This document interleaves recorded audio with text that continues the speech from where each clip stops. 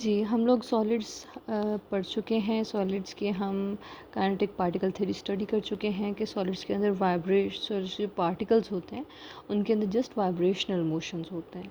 ठीक है, तो हम अब आज पढ़ने जा रहे हैं कि what do we call it when a solid changes into a liquid. The physical state of a solid substance can be change by simply heating. हम जब हीट करते हैं किसी सॉलिड को तो उसकी फिजिकल स्टेट चेंज हो जाती है। कैसे चेंज हो जाती है? Heat increases the kinetic energy of the particles and they start vibrating at a higher frequency. जब हम हीट प्रोवाइड करते हैं तो क्या होता है, काइनेटिक एनर्जी बढ़ती है। आपको पता है हीट इज़ टेम्परेचर जो है it is directly proportional to kinetic energy.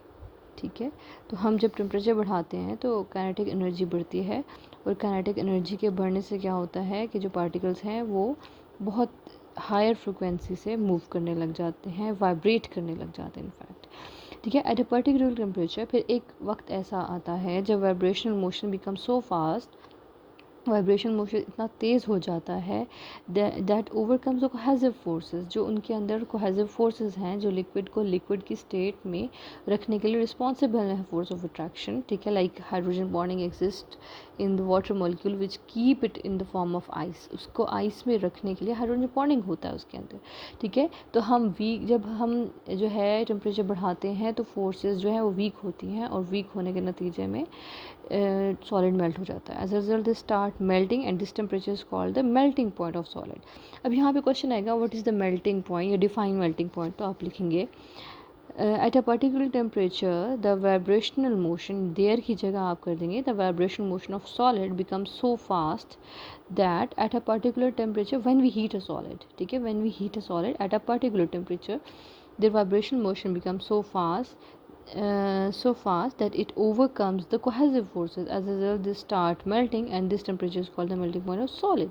यहाँ पे क्वेश्चन आप यह क्वेश्चन हो जाएगा आपका डिफाइन मेल्टिंग पॉइंट और ये उसका आंसर हो जाएगा। ठीक है, okay, changing the solid into liquid at the melting point the particles of solid not only lose their mean position but the arrangements as well. जब हम हीट करते हैं तो वो अपनी जगह से ही नहीं हिलते बल्कि उनके अरेंजमेंट्स भी डिस्टर्ब हो जाती है। लाइक आइस है, आइस का हेक्सागोनल स्ट्रक्चर होता है लेकिन जब हम इसको हीट करते हैं तो उसके फ्लूइड मोबिलिटी इसमें बढ़ जाती है। इसका ये जो इंटैक्ट स्ट्रक्चर है सॉलिड का एक स्पेसिफिक स्ट्रक्चर वो डिस्टर्ब हो जाता है। वाटर के मॉलिक्यूल्स अपनी मेन पोजीशन से भी हट जाते हैं और उनका अरेंजमेंट भी डिस्टर्ब हो जाता है। ठीक है, heating a solid below it's melting point increase the kinetic energy and the temperature that weakens the force of attraction between the particles. जब हम हीट करते हैं फोर्स ऑफ अट्रैक्शन पार्टिकल्स के दरमियान वीक होता है और सॉलिड जो है वो मेल्ट हो जाता है।